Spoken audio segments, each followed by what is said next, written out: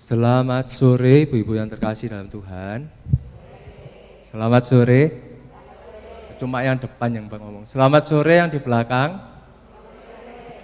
Oke ya, kita patut bersyukur pada malam hari ini kita bisa bersama-sama datang lagi dalam persekutuan Komisi Wanita tempat ini. Mari sebelum kita membaca dan merenungkan firman Tuhan, kita bersama-sama berdoa, kita tenangkan hati kita di hadapan Tuhan. Bapa di dalam surga, kami bersyukur ya Tuhan, kasih-Mu yang begitu besar di dalam kehidupan kami. Kasih-Mu yang begitu indah di dalam kehidupan kami dapat kami rasakan di sepanjang hari kami.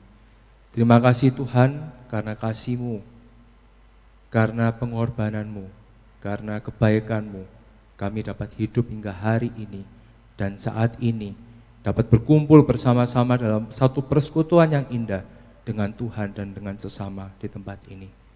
Saat ini Tuhan, kami mau mempersiapkan hati kami untuk kami dapat belajar firman Tuhan.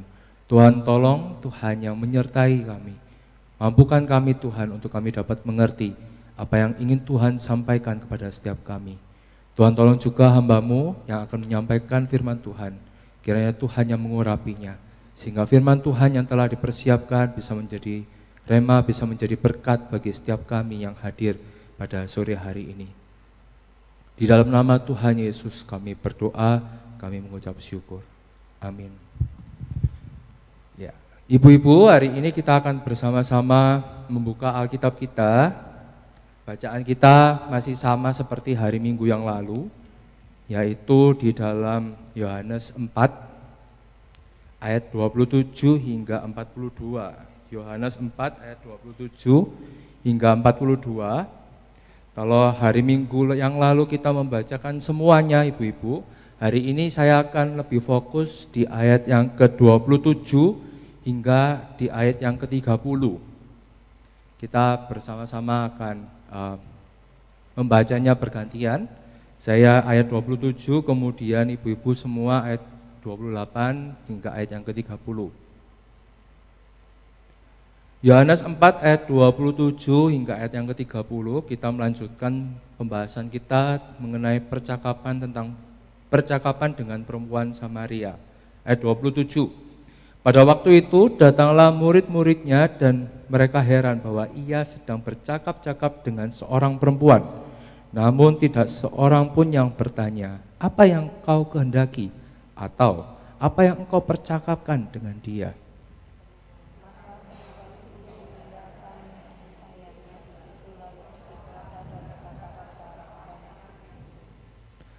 Mari, lihatlah orang yang mengatakan kepadaku segala sesuatu yang telah kuperbuat. Mungkinkah dia Mesias?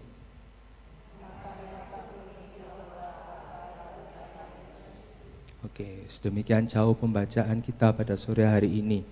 Ibu-ibu yang terkasih dalam Tuhan, mungkin kita pernah ya ibu-ibu ya, satu kali pergi ke satu resto gitu, atau depot, atau kafe, atau tempat wisata gitu ya. Ketika kita datang, terus sama pelayannya dibukakan pintu, disambut, selamat datang. Yang di kanan itu ya, pelayannya buka pintu, apalagi pelayannya ganteng kayak saya gitu ya ibu-ibu ya. Dibukakan pintu, selamat datang. Wah, kita kan senang ya ibu-ibu ya. Terus kita masuk. Ketika kita masuk, kita lihat menunya. Wah, kelihatannya enak-enak. Terus pas dicek harganya 15.000, 10.000. Waduh. Kita makin senang ya ibu-ibu ya. Kalau misalnya harganya enak, terus pas masuk disambut orang ganteng kayak saya. Lalu habis gitu setelah itu kita lihat harganya murah, terus tempatnya bagus, mewah gitu ibu-ibu. Pasti setiap kita secara nggak langsung itu pasti nggak tahan untuk memuji tempat ini. Wah, tempat ini bagus yo, ciamik tempatnya, enak buat kongko-kongko gitu ibu-ibu ya.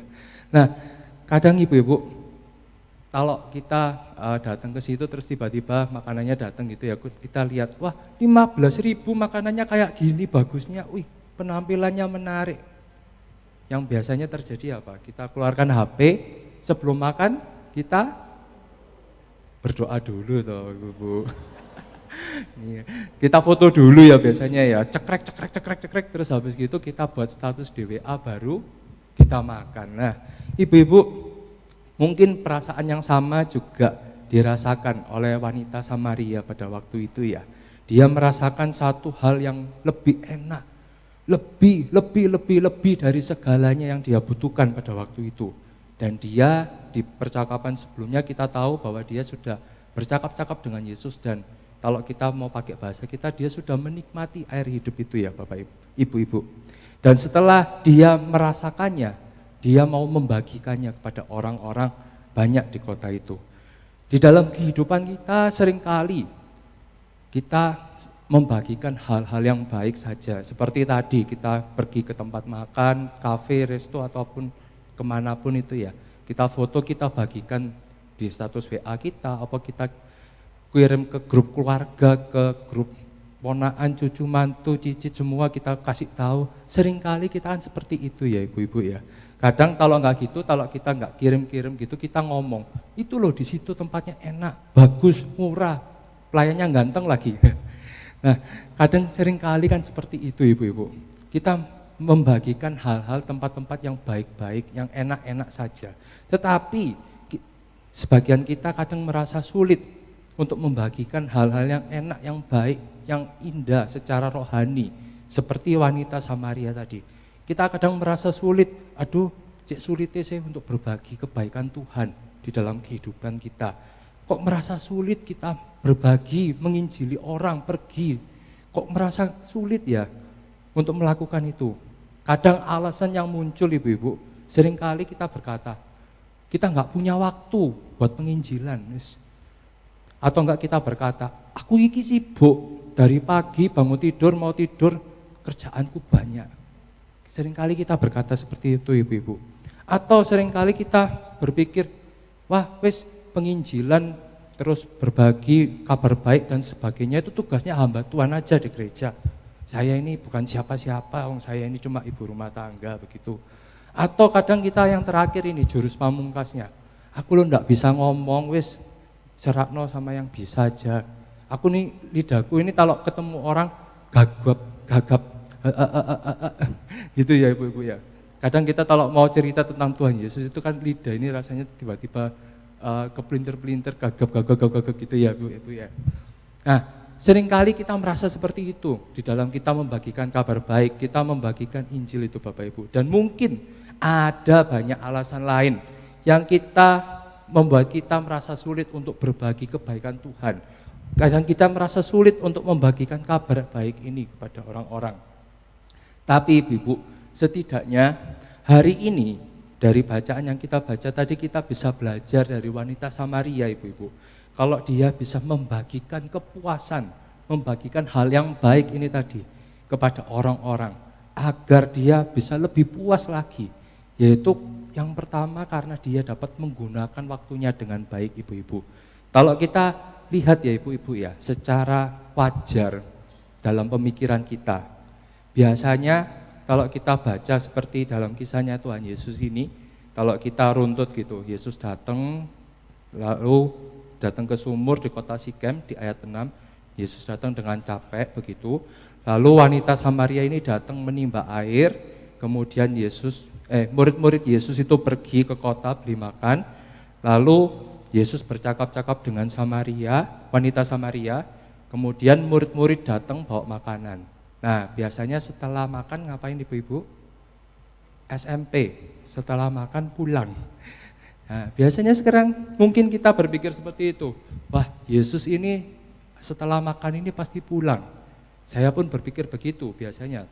Selesai makan pulang, selesai acara pulang, setelah makan di sini pulang gitu ya ibu-ibu ya.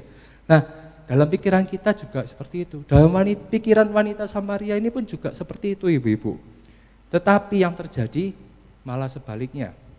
Ketika murid-murid itu datang membawa makanan di ayat 27, wanita Samaria itu malah pergi ke kota dan meninggalkan orang-orang banyak dan bertemu dengan orang-orang banyak di situ ibu-ibu. Lalu mereka, orang-orang banyak itu datang ke kota untuk menemui Yesus dan akhirnya mereka percaya. Dan ketika wanita Samaria itu ke kota terjadi percakapan antara Yesus dan murid-muridnya, dicatat di sini tadi. Mungkin kita berpikir di dalam pikiran kita dalam kondisi yang seperti yang pertama tadi, selesai makan pulang, wah ini Yesus ini setelah makan dia akan pulang ini. Jadi cepet-cepet, ayo cepet-cepet ke kota terus beritahu orang-orang. Nah, wanita Samaria pun berpikir demikian ibu-ibu. Dia menggunakan waktunya dengan baik ini loh. Mumpung Yesus masih ada di sini, aku tak segera pergi untuk memberitakan kabar baik ini kepada orang-orang banyak. Bukti lain, ibu-ibu, ketika wanita Samaria ini dapat membagikan kabar baik itu karena dia bisa menggunakan waktunya dengan baik, yaitu di ayat 28 tadi. Di sana ada satu kata penting, yaitu wanita itu meninggalkan ibu-ibu. Kita akan berpikir bahwa ketika dia meninggalkan timba, ini adalah hal yang sepele. Wis timbone ditinggal, terus habis gitu pergi cepat-cepat ke kota. Sepele ya ibu-ibu ya. Tetapi ketika dia, wanita Samaria ini meninggalkan timbanya itu, dia menghemat waktunya ibu-ibu untuk segera pergi ke kota. Kita bayangkan aja ketika dia ribet dengan timbanya. Biasanya ibu-ibu kan gitu ya, ribet dengan barang-barang yang sepele. Dia beres-beres dulu terus cepat-cepat ke kota. Kan waktunya berkurang ya ibu-ibu ya. Tetapi di sini ibu-ibu, timbanya ini ditinggal, wis enggak ngurus timba, dia cepat-cepat pergi ke kota. Ini membuktikan bahwa dia itu menggunakan waktunya dengan baik ibu-ibu. Kemudian ketika dia meninggalkan timbanya ini, dia berusaha ibu-ibu agar dia menemui orang banyak. Gimana caranya orang banyak ini bisa mengenal Yesus? Dia cepat-cepat pergi ke kota. Dan ketika dia meninggalkan timba, kita juga bisa belajar bahwa sebenarnya fokusnya ini bukan hal-hal yang duniawi lagi. Timba ini kan barang-barang duniawi ya ibu-ibu ya, hal-hal materi. Tetapi ketika dia meninggalkan timba ini membuktikan, memperlihatkan juga bahwa fokusnya ini sudah berubah ibu-ibu. Yang tadinya datang mau ambil air, sekarang datang mau untuk membagikan kabar baik ini ibu-ibu. Dia lebih mengutamakan hal-hal yang bersifat kekal, yaitu agar orang-orang yang lain pun juga bisa tahu siapa Tuhan Yesus, siapa Mesias ini. Dan dari pernyataan yang di atas yang saya sampaikan tadi ibu-ibu, kita bisa belajar. Di sini wanita Samaria ini bisa menggunakan waktunya dengan baik. Meskipun Yesus datang pada waktu itu, dia tidak tahu Yesus bakal punya agenda apa. Tetapi dia mau sesegera mungkin mengabarkan kabar baik ini ibu-ibu kepada orang-orang di kota. Kemudian yang kedua, ketika kita membaca dari kisah wanita Samaria ini ibu-ibu, dia dapat menerobos status dan kedudukannya pada waktu itu.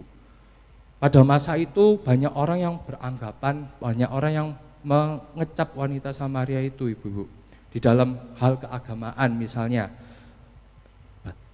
pada waktu itu banyak orang yang berkata bahwa orang Samaria itu orang yang tidak benar karena mereka beribadah di Gunung Gerizim, atau dalam hal Taurat Musa mereka masih percaya itu.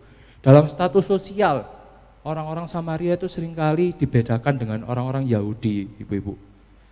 Mereka banyak orang yang menganggap, oh orang Yahudi, orang Samaria itu kastanya beda.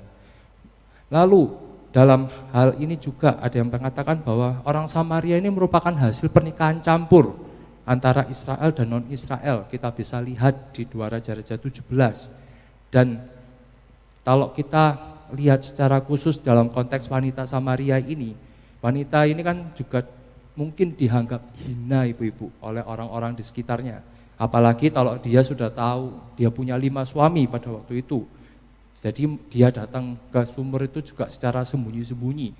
Makanya dia datang sekitar pukul 12 karena waktu itu orang pada sepi. Dalam hal gender, laki-laki dan perempuan pada waktu itu dibatasi ibu-ibu. Kita dilarang ngomong pada waktu itu.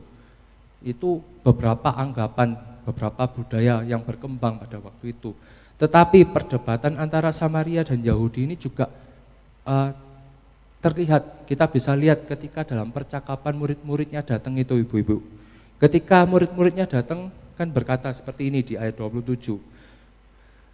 Pada waktu itu datanglah murid-muridnya dan mereka heran bahwa ia sedang bercakap-cakap dengan seorang perempuan. Namun tidak seorang pun yang bertanya, apa yang kau kehendaki atau apa yang kau percakapan dengan dia. Nah, di dalam ayat ini, di dalam bahasa yang lain, dalam terjemahan yang lain itu dikatakan tidak ada seorang pun yang berani bertanya pada Yesus, "Guru, kenapa kamu berbicara dengan wanita Samaria?" Dalam kalimat ini juga jelas ya ibu-ibu ya, bahwa antara Yahudi, Samaria, pria dan wanita ini status sosialnya pada waktu itu berbeda. Apalagi ketika wanita Samaria itu sudah dicap buruk dalam masyarakat di sekitarnya. Tetapi apa yang dilakukan oleh wanita Samaria itu, dia tetap bercakap-cakap dengan Yesus. Dia enggak peduli ibu-ibu, orang mau berkata bagaimana, tetapi dia tetap mengungkapkan, bercakap-cakap dengan Yesus. Bahkan kalau kita baca di ayat yang tadi yang kita baca ibu-ibu, dia enggak peduli status sosialnya ini bagaimana, kondisinya bagaimana. Dia cepat-cepat pergi ke kota menemui orang-orang. Di sini dikatakan orang-orang di situ. Ada beberapa tanggapan mengenai orang-orang di sini. Yang pertama ada yang mengatakan bahwa orang-orang ini merupakan pimpinan kota ibu-ibu. Sehingga ketika wanita Samaria ini berbicara pada mereka, banyak orang yang datang untuk menemui Yesus karena disuruh oleh pemimpinnya. Ada yang berkata bahwa orang-orang di sini diartikan sebagai kegiatan masyarakat. Jadi wanita Samaria itu datang ketika ada kegiatan masyarakat. Dia tidak peduli statusnya bagaimana, terus dia ngomong pada orang banyak di situ. Ada yang mengatakan juga bahwa orang-orang ini, yang dimaksud orang-orang di sini adalah setiap orang yang ditemui. Jadi ketemu orang terus dia ngomong tentang Tuhan Yesus, ketemu orang dia ngomong tentang Tuhan Yesus. Begitu ibu-ibu. Bila kita menggunakan beberapa pandangan ini, tanggapan mengenai siapa orang-orang banyak ini, ada satu hal penting yang kita bisa pelajari, bahwa ketika itu wanita Samaria ini berani di dalam kondisinya mungkin yang buruk, yang hina, yang beda itu dan sebagainya. Dia berani untuk membagikan kepuasan ini. Dia berani untuk menerobos ibu-ibu status dan kondisinya pada saat itu. Dan saat ini kita yang ada di sini, mungkin kita juga merasa seperti itu ya ibu-ibu ya. Tetapi kita diingatkan lagi dari wanita Samaria, bagaimanapun kondisi kita berani untuk menerobos itu ibu-ibu. Dan yang ketiga, ya sudah mulai ngantuk ya. Saya mau ice breaking sebentar deh, kita tepuk pundaknya kita. Tadi katanya gimana ibu-ibu? Kalau kamu anak Tuhan, ya wis podo mulai lupa semua. Kita tepuk kanan kita dulu ya. Kalau kamu anak Tuhan, Tuhan mengasihi kamu. Ya tepuk dulu. Kalau kamu anak Tuhan, Tuhan mengasihi kamu. Oke. Di sini kelihatan kok ibu-ibu siapa yang udah mulai merasa ngantuk. Oke, kita lanjut ya ibu-ibu ya. Jadi yang ketiga, wanita Samaria ini dapat membagikan kabar baik, yaitu dia dapat memulainya dengan hal-hal yang sederhana ibu-ibu. Kalau kita lihat ya, ketika Yesus bercakap-cakap dengan wanita Samaria, dia itu memberikan teladan kesederhanaan ibu-ibu. Kalau kita perhatikan perkataan Yesus di bagian yang sebelumnya yang kita sudah bahas. Di sana dikatakan kalau Yesus itu cuma minta air ibu-ibu. Di ayat 7. Ditanya lagi, Yesus itu cuma minta air di ayat 10. Lalu akhirnya Yesus memberikan air hidup itu. Pengajaran tentang kesederhanaan ini juga akhirnya dilakukan oleh wanita Samaria ini ibu-ibu. Ketika dia datang ke kota, dia enggak bertele-tele ibu-ibu. Enggak permisi, mau ngomong, ini ada Tuhan Yesus. Enggak, dia datang terus tiba-tiba langsung cepat-cepat, lihat, di sana ada orang yang mengatakan kepadaku sesuatu yang telah aku perbuat. Mungkinkah dia Kristus?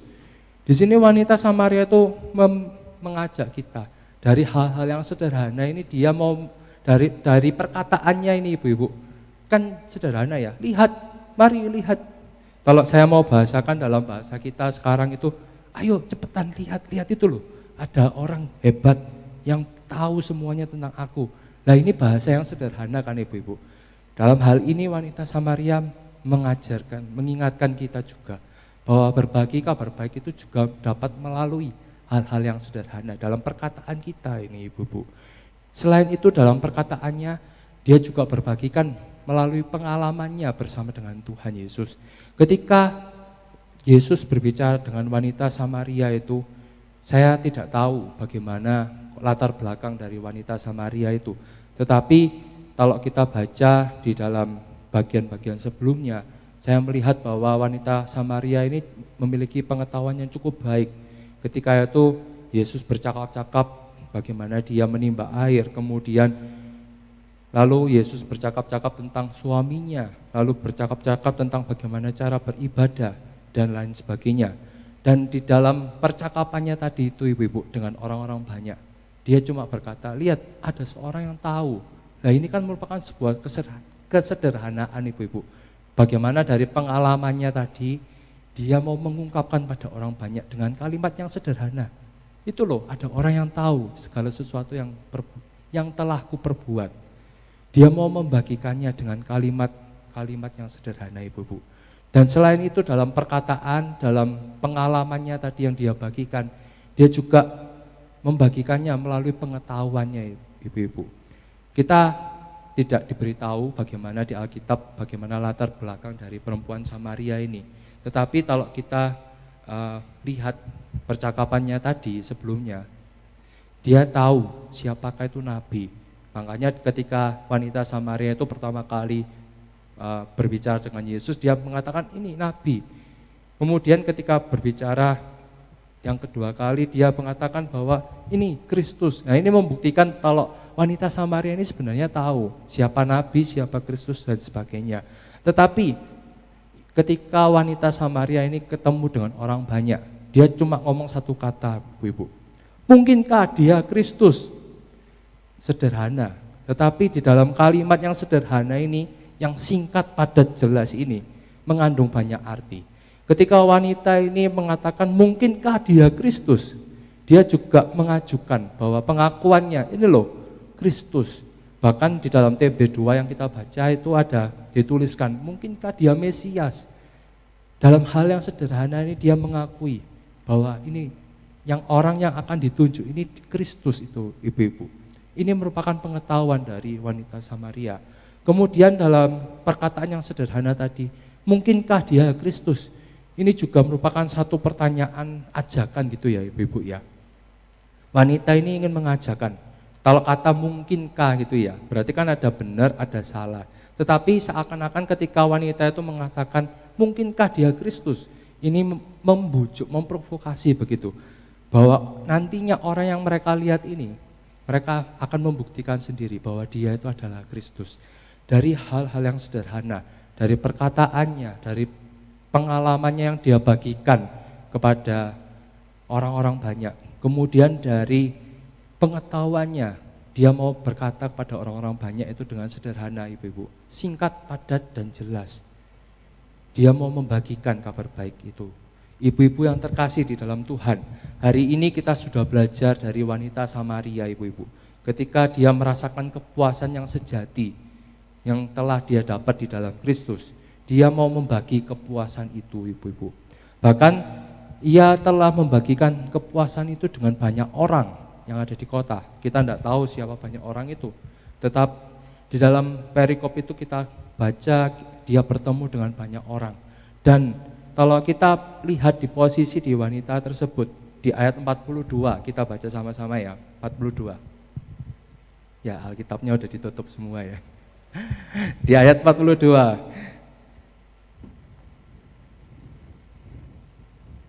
Sudah ketemu? Di ayat 42 di sana dikatakan kita baca sama-sama 1, 2, 3. Dan mereka berkata kepada perempuan itu, kami percaya, tetapi bukan lagi karena apa yang kau katakan, sebab kami sendiri telah mendengar dia, dan kami tahu bahwa dia benar-benar juru selamat. Ayat 42 ini kuncinya ibu-ibu. Ketika kita mau membagi kepuasan agar lebih puas. Kalau kita melihat dalam ayat ini, saya membayangkan ya, ketika orang-orang banyak itu datang, di situ ada wanita itu, ada murid-murid, ada orang banyak, ada Yesus. Dan ketika dia ada di posisi tersebut, ibu-ibu, ketika orang yang kita ajak terus dia percaya, terus mereka akhirnya percaya, kita yang ngajak ini ngerasa puas atau enggak, ibu-ibu? Puas kan? Nah, di situ ketika kita mau berbagi kepuasan agar menambah kepuasan, kita bisa lihat orang-orang yang kita ajak, dia datang. Kalau misal kita ke restoran enak tadi, kemudian kita ajak terus dia merasa puas juga, kita kan juga puas ya ibu-ibu ya. Sama seperti wanita ini. Ketika wanita ini berkata kepada orang banyak itu, dan dia melihat dengan matanya sendiri bahwa orang-orang banyak itu akhirnya percaya, dia merasa puas ibu-ibu. Berbagi kepuasan untuk menambah kepuasan. Seorang teolog, bapak gereja pada waktu itu bernama Martin Luther. Dia berkata demikian ibu-ibu. We need to hear gospel every day because we forget it every day. Ada yang bisa mengartikan? Kita perlu mendengar Injil atau kabar baik setiap hari. Karena setiap hari kita melupakannya ibu-ibu. Jadi ibu-ibu, tidak ada alasan bagi kita saat ini untuk kita tidak bisa mengabarkan kabar baik itu. Karena setiap hari loh kita lupa tentang kabar baik ini. Kabar baik itu bisa kita kabarkan di mana saja dan kapan saja. Tentu setiap hari kita pasti ketemu dengan orang ibu-ibu. Ketemu di pasar, di rumah, di toko, di sekolah, tempat kerja. Atau kalau kita tidak ketemu orang, setiap hari pasti kita WA kan ya ibu-ibu ya. Melalui pesan grup keluarga, grup cucu, grup menantu, cicit dan lain sebagainya. Nah, hari ini media kita banyak ibu-ibu. Kalau kita nggak bisa bertemu secara langsung, kita bisa menggunakan HP kita. Tidak ada alasan bagi kita untuk kita bisa mengabarkan kabar baik ini. Lalu yang kedua, kabar baik atau Injil itu kita bisa beritakan kepada siapa saja saat ini. Bahkan seorang wanita Samaria tadi yang kita sudah pelajari, dari berbagai macam latar belakangnya, kondisi status sosialnya. Kalau kita perhatikan wanita Samaria ini, kalau kita bilang itu sebenarnya tidak layak, hina. Murid-murid aja merasani wanita Samaria ini ibu-ibu. Tetapi Tuhan mau pakai kita untuk memenangkan orang banyak. Tidak peduli kondisi kita saat ini sebagai ibu rumah tangga atau orang biasa ataupun apapun lah itu ibu-ibu, kondisi kita saat ini. Tetapi Tuhan mau pakai kita, Anda dan saya, untuk menjadi orang yang luar biasa di hadapan Tuhan. Dan kemudian kabar baik atau Injil itu dapat kita sampaikan melalui cara yang sederhana. Wanita Samaria ini mengatakan singkat, padat, dan jelas. Dalam kalimatnya sederhana itu ibu-ibu. Saat ini kita juga bisa mengungkapkan kabar baik ini kepada setiap orang dengan kalimat yang sederhana ibu-ibu.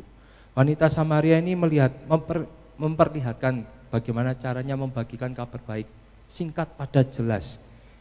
Hari ini kita juga banyak metode penginjilan ibu-ibu. Tetapi sebenarnya apa sih intinya? Intinya itu kita diingatkan lagi bahwa seberat apapun masalah kita, bagaimana kondisi kita saat ini, itu karena dosa tentunya, hanya Kristuslah jawaban kita satu-satunya. Kristuslah yang menjadi solusi dari setiap masalah kita. Jadi ketika kita melihat ada sesama kita, ataupun rekan kita, ataupun anggota keluarga kita ibu-ibu, yang saat ini mungkin sedang merasa sedih, gundah gulana, besok mau makan apa nggak tahu, kita mau ingatkan, ini loh Kristus, ada Kristus yang menjadi jawaban atas masalah kita. Hari ini kita diingatkan lagi ibu-ibu, seberapa pentingnya kita mau membagikan kabar baik ini kepada setiap orang, kepada saudara kita, kepada anak kita, kepada suami kita, bahkan pembantu rumah tangga yang ada di rumah kita. Intinya sederhana, kita mau membagikan Kristus, kita mau bercerita tentang Tuhan Yesus kepada sesama kita, Sebagaimanapun beratnya kehidupan kita saat ini, hanya Kristuslah yang menjadi jawaban atas setiap masalah kita. Manfaatkanlah setiap kesempatan yang ada karena Tuhan memanggil kita yang telah menerima keselamatan ini untuk terlibat di dalam karyanya yang besar. Mari bersama-sama kita berdoa.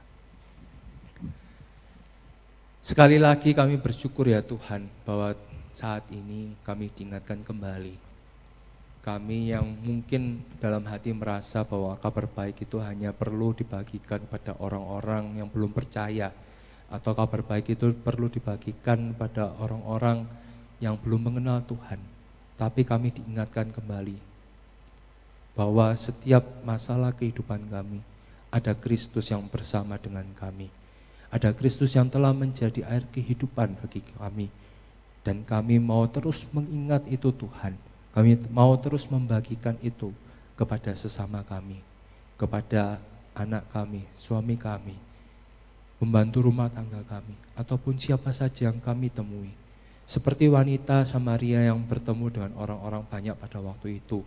Dan saat ini Tuhan kami berdoa, kiranya kami dalam segala latar belakang kami saat ini, dalam segala kondisi kami, ataupun dalam segala ketidaklayakan kami, kiranya Tuhan menolong kami, mampukan kami Tuhan, untuk kami dapat membagikan kasih Kristus itu pada setiap kami, kepada setiap sesama kami, sehingga kami bisa merasakan kepuasan yang sejati tersebut, berbagi kepuasan untuk menambah kepuasan. Terima kasih Tuhan untuk firman-Mu yang telah mengingatkan kami pada pagi hari ini, pada malam hari ini. Dan saat ini kami berdoa kiranya firman-Mu itu dapat kami hidupi dalam kehidupan kami sehari-hari. Di dalam nama Tuhan Yesus kami berdoa. Amin.